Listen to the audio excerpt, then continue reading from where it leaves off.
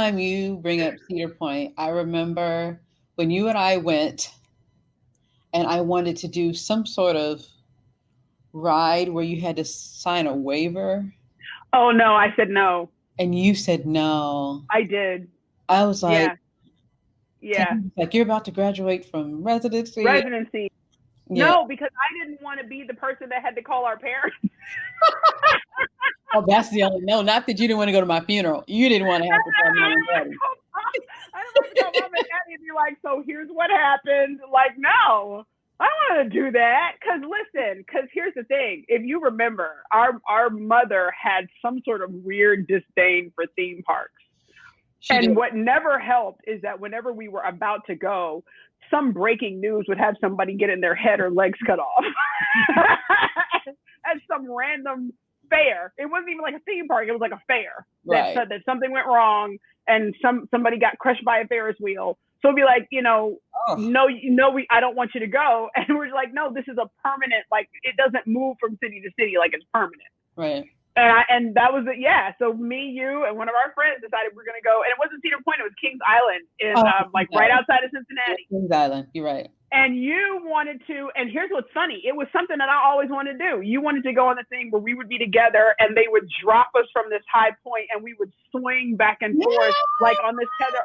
Dude, on any other day, I'd have been game. But we were literally like a week from your residency graduation. And I was just like, the phone call I don't want to make. You would have even had to die. It would have been the hospital. See? In the hospital. So you want me to live with that trauma as a paraplegic? See, that's what I'm saying. I can't watch these reality shows where folks get trauma. See, this is no. Listen, I wasn't going to make that phone call. Is what I know. Wait. But I need more details about yours, Erica, where you were glad that you could hide your face in your pillow and scream. I need details about that flight. That was going into a smaller airport in Alaska. The airport is built on an island, and there was a winter storm front moving through, and it was a really bad storm. We actually took a delay leaving because the conditions were so bad. And by the time we got to Ketchikan, on our approach into the airport, it was pretty bad. We had a plane load of, because the flight went on to Juneau, and there is a Coast Guard station there. So we had a plane load of big burly Coast Guard people. We had a bunch of oil people, fishermen. And they were screaming. They were screaming. Wait. They were screaming. Yeah. Wait. Screaming. Do you know how significant that is? That the Coast Guard. Now I don't know if it was the Coast Guard scream, but I did have. Huh? No, like seriously, like I have seen the condition. So what's the name of it? I don't know if it's on Nat Geo or wherever, where they talk about the Coast Guards, where they have to go and rescue people out of these waters, and helicopters that are like, that turbulence is beastly, and they were screaming on your. I don't know if it was the Coast Guard people screaming. I don't know if it. But she just knows that it was the big guys. It was a plane load full of big grown men crying for their mama. Wait, was it that high pitched scream? Yes. I would have paid good money to watch a video of that. I looked out the window. The rain was coming sideways. I knew we weren't going to crash, but I knew it was going to be a hard landing. But it was so bad, we never did land. Because I can understand that though, because people are terrified of plane bathrooms. They're small, and you're convinced that when you press that button, you're going to go shooting out with the water that is obviously being expelled into just random airspace. Like, it is. Yeah, it is. Like it is. It's like flush the toilet. It empties out into the air. That's you and entertainment making myths up again. See? It does not go shooting out. Because, like we're in the air. Let's just shoot it out of the back of the plane. No. Yeah. Where does it go, Erica? If it goes doesn't into shoot a out of the holding back of the tank. plane? It goes into a holding tank. Next time you're at the airport and a plane, you have to wait for the plane to arrive at the gate. One of the very first pieces of equipment that come up is this flat looking truck with a hose. And that's called the lavatory service truck. And I've seen that. It's like an RV. And that's a job you don't want. I was convinced that when I was a little girl, that when you saw those like trails in the air after an airplane, it was the airplane flushing the toilet and letting all the water out. I think we all did. I did. It wasn't jet engines. It wasn't a chemtrail. It was them letting all of the stuff out of the toilet. Yeah, I think that's safe to say we all did. I'm gonna Google to see if what you say is true, because you still can't convince me, because there's so much air. Like you hit the button and you just hear and you're just like, what is happening? It scares the poor. Oh, I feel so bad for the little kids. It scares them so bad. Of course it does. It's terrifying.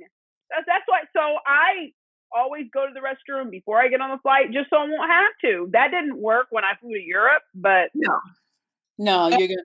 It's a myth that you will get stuck. It's a myth that you get stuck if you flush while you're. That's a myth. It's a Foley catheter you need. My introvertedness runs deep. Now, that being said, I'm not gonna call myself an extroverted anyway, but I don't like missing stuff. Maybe I'm just flat out nosy. But when you're not supposed to agree, you're supposed to say, I was calling you nosy. Maybe you're like an omnivert. I think you're a little bit of both. I think if somebody put us in a room together, they would actually be shocked as to which person was slightly more engaged with people around them than they would be. In fact, I think people that watch us sometimes, they're just like, oh my gosh, Gina's so like, and Danita's a little bit more laid back sometimes. I'm just like, no, you hung out with us. You'd actually see. So I would call you the omnivert. I think you're a little bit of both. I think I would lean you more towards extrovertedness, because I a lot of times will rely on you when we're in bigger places to kind of steer that. Yeah. And then what I remember is you making me walk. Because I had to do around. Something. Yeah. So for people that don't know, folks that that don't know. No inside stuff. No inside jokes, right? No. For people that don't know, they have when you have a C-section, they encourage you to get up and walk around. Any surgery. Okay. Any surgery. Early ambulation. We want you to get up and walk. Yes. So what happened was, this is something that I did not know. And I feel like that's an entirely different episode to completely and utterly terrify women out of C-sections. I'm kidding. I had to get up. I had 3. Not out of it, but it's just like, I was a little startled of how it felt like right after, like when all of the medication wears off, it don't look like it do in the movies, at all. And it's your fault. It is your fault. I tell you all the time. Here you go. You creatives, you make things look different, but go ahead. It did not. So you expect there are muscles there that you don't even realize that you're used, or that kind of they go on vacation for a little while, and they've been on vacation because you got a bigger stomach, whatever. So they encourage you to walk, whatever. They encourage you to walk. They had not told me that. They had not gotten to that part of my recovery yet. I think they were trying to give me some time because my firstborn was an emergency.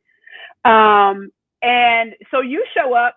I did not know it was because you were bored. I thought it was because you cared. No. I showed up because I loved you. The walk was because I was bored. Okay. But let's talk about this walk. Under normal circumstances, and this is something that I saw. I was a fan at the time of the show A Baby Story. Okay. Oh no. When people would walk around, they would have the little bassinet with the baby in it, and they would have something to lean on, and they would go waddling down the hallway. Like, I did see that, right? This, y'all, I get the point and confused. This hammer right here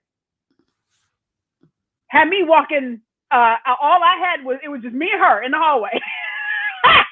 And we were doing laps. They weren't fast. You could handle it. I do remember that. You see how you changed that? You could handle it. You can handle it. I remember at one point, you looked tired, but I was like, Yeah. no, you need to do this because to be honest, you treated me. Oh, go ahead. Wait, I was gonna say, to be honest, one of the other reasons why we have people walk is because one of the risks after having surgery are clots in your legs that can push to your lungs. So blood clots, and we didn't want that. So we want you to get up, get that blood circulating. It's one of the reasons why you walk. So I saw that you were getting tired, but I was like, I think she got one more, and I called a cousin of ours, a cousin of ours called, and I handed you the phone, my cell. And it distracted you. Yes, yes. It distracted you. I actually want to say it was Darius. It distracted you. Oh. And you kept walking. And I was just like, see, I knew she had it in her. You had the distraction. You kept walking. You were good. Because this other hammer, I mean, she was. Sorry. I had to sneeze. Go ahead. Bless you. But yeah, this other hammer, she was, so that was like one, and I was so thankful that by the time we got up there, I met. I was so thankful. Right. I gotta see. Because WebMD will have you thinking, listen, have you ever actually typed your stuff into like WebMD? Like if you have just a regular cold and by the time you're done, you have like cancer of the nose. Like, so I did one time. Oh my gosh, it is such a disrespectful website. Like because they don't account for like the normal people who are just like, oh, I have a cold. They don't account for that. They account for me. That I'm just like, well, it is a little painful when I touch it. Nose cancer. Like, oh my goodness. That is so true. Have Ebola. Like that's where I am. You know what though? Quite effective. I deal with from here down. Right. Right. And I don't do from here up, specifically eyes. And I was having vision issues, and I was looking it up, and in the end, I was just like, "Oh my goodness, I have, cancer." I have cancer. I delayed, and I finally went to the ophthalmologist, and she was just like, you need glasses, and I was just like, no, that's not it. Like, I don't need glasses. I've never needed glasses. I definitely have like some sort of rare cancer. Find it. And you know how they do the little okay, is it 1 or is it 2? 1 or 2? And I was just like, okay, it's 2. It's 1. I don't care. I don't care. Listen, every eye doctor right now that's listening, we know it's the same. It's the same. But let me tell you what I didn't know is when she was just like, okay, and then she released them, and I was just like, oh, it's definitely like that. That is so blurry. And I remember her looking at me, but I didn't know that was my record. That was my record. Oh my God. Wait. Oh my goodness. It was my regular eyes. Took it away, and you were looking with your regular eyes. It was so when I got my glasses on, and listen, this was like only a couple of years ago. I haven't been wearing glasses all my life. I put on my glasses, and I was like, "Wow, this is like HD television." All this time, I thought I had WebMD test said I had cancer, but all I needed was a new pair of glasses from work. Listen. So go to your doctor, because WebMD will have you thinking that you are dying of an incurable disease that hasn't been discovered yet. I tell everybody, just go, even me, go to your doctor. If it is outside of your lane, don't put on the blinker and go to the interweb as your primary source. Go to your healthcare provider. How about that? Oh my gosh. Because that is so true. Yeah. Giving patient history, don't nobody want to watch that show. No. Telling patient history, don't nobody want to watch that. Although, how fun would it be if you guys did what flight attendants do sometimes on certain airplanes, like sometimes when I fly on a certain airplane, they don't even have the flight attendant talk. They just press a little button and the televisions come down.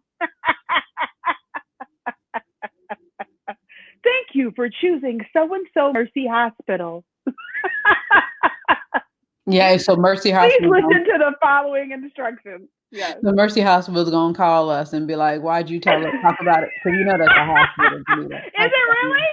You can go. You in post. You can go ahead and take that on. Listen. There's probably a Mercy in every every city of every state of every country in the world. Just there is a Mercy somebody. 4th Avenue. There's a Mercy. MLK Street. Like everybody. It's just repetitive stuff. Wisconsin Avenue. Like it's just right. There's everywhere. So it wouldn't matter. But that would be neat. And all y'all got to do is press buttons. It's going to get to that, you know. It probably already is in the West Coast. Probably. But no, it's going to get to the point where I'm telling an automated somebody all of the stuff. And then finally a person comes in. Wait, I think that already happened though. I'm pretty sure. I'm sorry. I'm like, wait. Yeah, you filling out your medical history stuff on the computer and iPads. You are now, yeah. It's on tablets now, man. Which is I'm so grateful for because this was getting old. It was, guys. Thank you. Not only was it getting old, then people like me have to pick it up and try to decipher what the person was writing. It's like, is that an A? No, you are not talking about trying to decipher somebody writing. Oh. Because y'all's writing?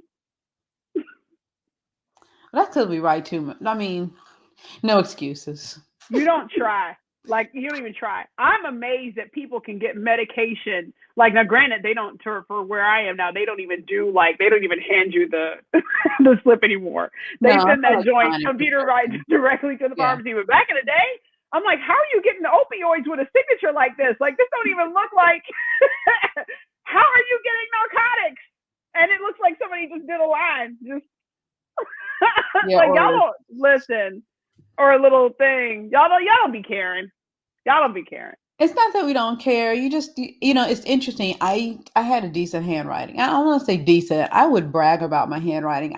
Your parents bragged about your handwriting. Like, you had gorgeous cursive. I did. I would write envelopes for friends if they were getting married. Calligraphy.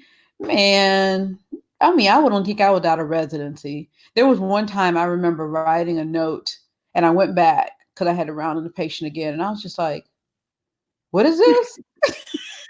I was like, what did I write? I mean, that's bad. So it's really good that we've gotten electronic health records.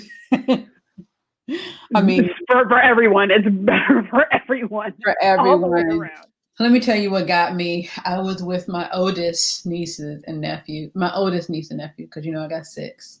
But my oldest 2. I'm only responsible for 4. I feel like we should clear that up because we've mentioned that several times that you have 6 nieces and nephews. I'm only responsible for 4 of those. 4 of the 6. Okay, yeah. Not all 6. Not all 6. There's another individual that is responsible for the other 2. Yes, thank you, Donna. Yes, thank you, Donna. I was talking about something and I asked them a question. Okay, they're in their teenagers. They were half listening, and then finally I was just like, are you going to do such? Bueller. And they had no idea what I was talking about. I was like, in Ferris Bueller's Day Off. And they were just like, what? And I was just like, so let me tell you what makes you feel real small. Not that they don't recognize the movie, but they watch it. One of them fell asleep in the opening credits. And the second one, after it was done, was just like, it was okay. Listen, I don't set myself up like that.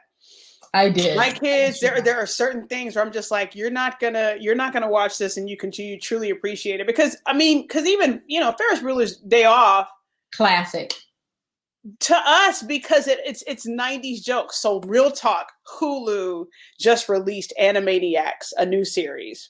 Oh, I loved Animaniacs. Animaniacs was hilarious back in the day. They got all the original voices to come back, the whole 9 yards. And I was watching it a couple of nights ago, and I was just like, my kids aren't going to think this is funny. mind you, I am dying laughing because all of the jokes are either throwback jokes to when the original series was, or they're jokes that only we would get because they're making fun of stuff now. But you kind of have to be in the know and know about politics and pop culture and things. That's what made Animaniacs so funny, was the fact that they were so on it.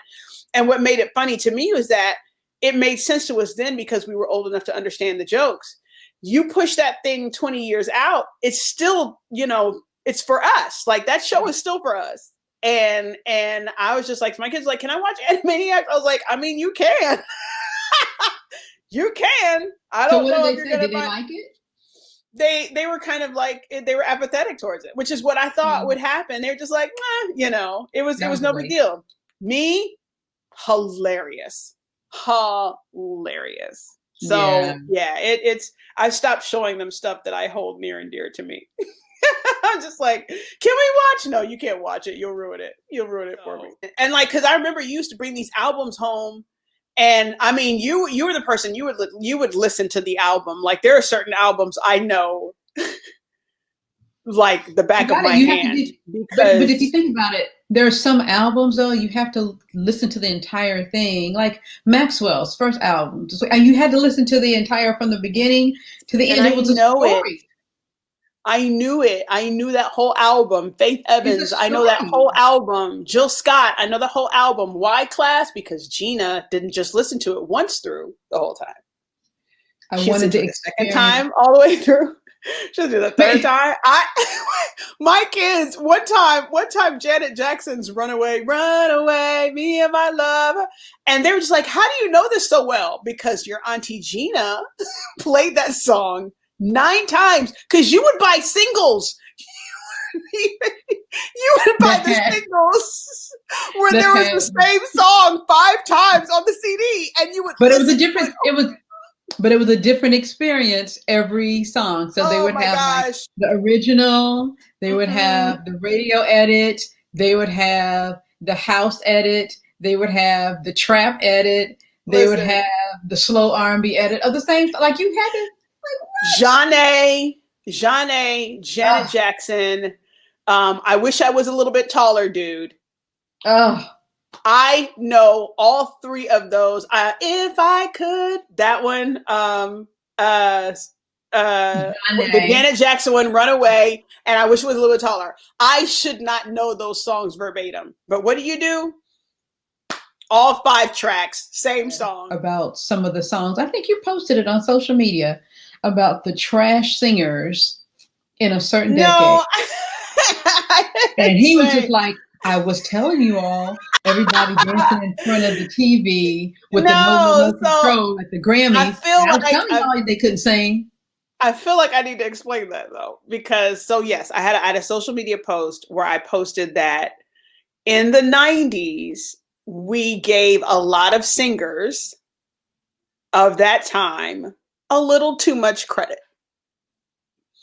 You know, back in the day, a song would come on, their singing ability, we gave it a little bit too much credit. You know, like the song would come on, you'd be like, hey, you know, and then everybody's dancing or whatever.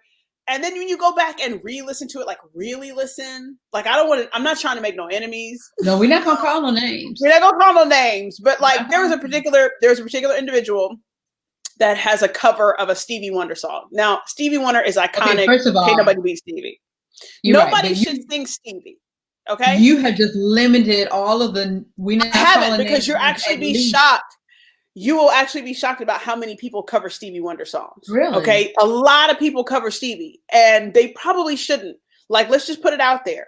Stevie Wonder, Prince, and Whitney, just leave them alone, y'all. Leave them alone. How about that? Well, let them be. Let them be. Well, okay, all right. Let them be. Just let Whitney, Prince, Stevie be. That's it. Leave them alone. Leave their stuff alone. Okay. Leave them alone. So Stevie Wonder has this amazing ability to kind of hit like a minor major, and he does it really fast.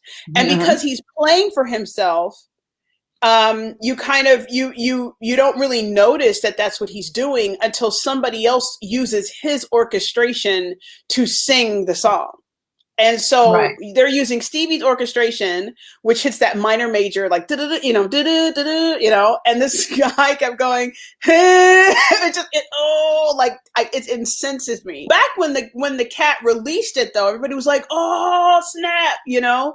Oh. And now listening to it as an adult, you're just like, oh, this is not as good as I thought it was. But think about it. When we actually listened to the song, this is before we had voice.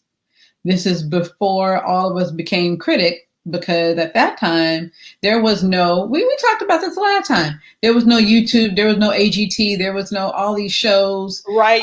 So you got it in the radio and that was it. Everybody's a critic now. So, you know, now. I don't know, but I don't even know. I think it's even deeper than that too, because like even with the music piece, like I think we were listening through different speakers, because like now you hear the flaws of the old school albums when you're listening through like these high definition speakers, especially when they go in. Equipment? No, yeah, like you go in and you start remastering some of these singles and you're just like, oh, you hear how bad it was, because now you can isolate the music and you can isolate the voice and this, that, and the other. It's a little different. Yeah, I'm not gonna let you blame the equipment.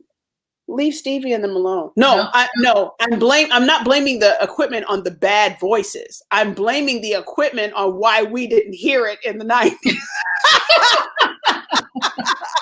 That's what I'm blaming. It's not that would have made them better. We had bad equipment.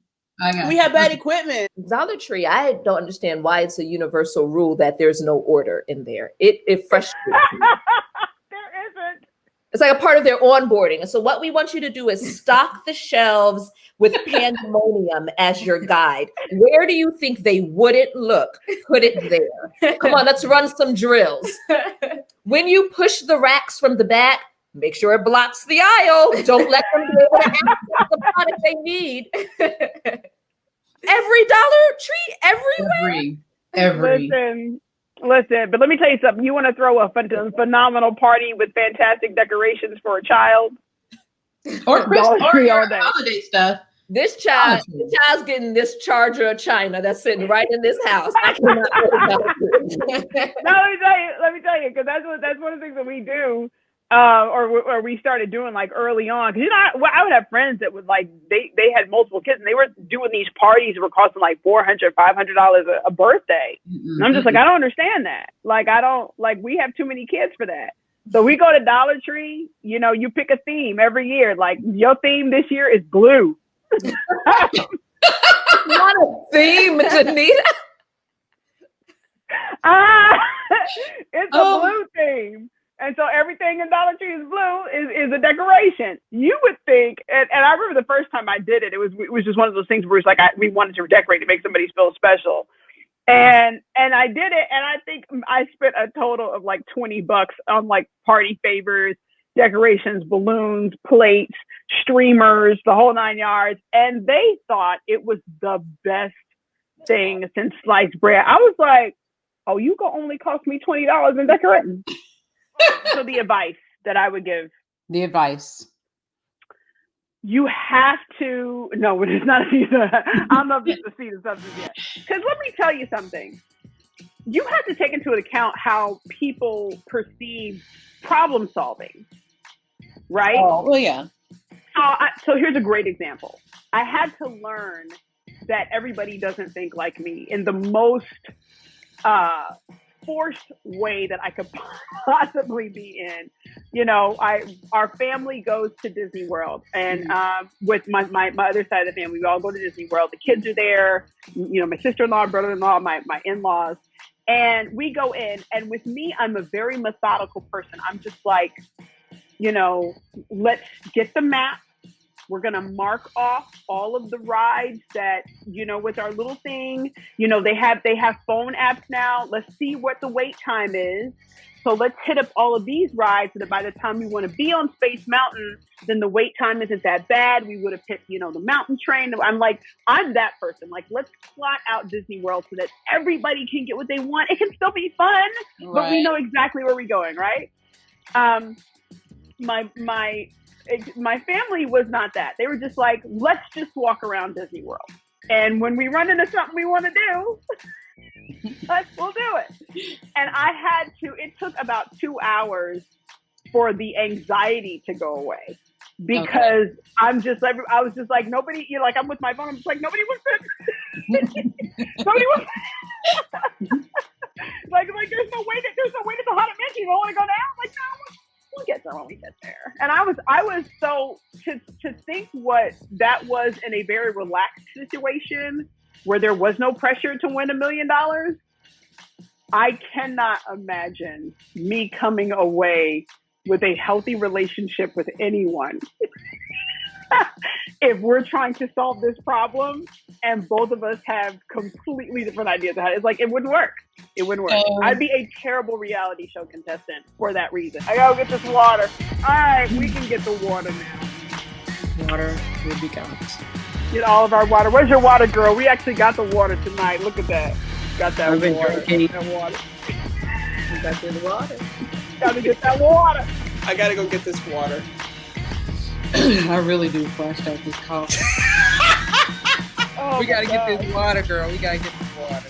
We gotta get this water. Yeah. We gotta get this water, man. Let's get this water, man. I think it's okay for us to get water now. It is okay for us to get all of our water. Getting the water. Call it a day.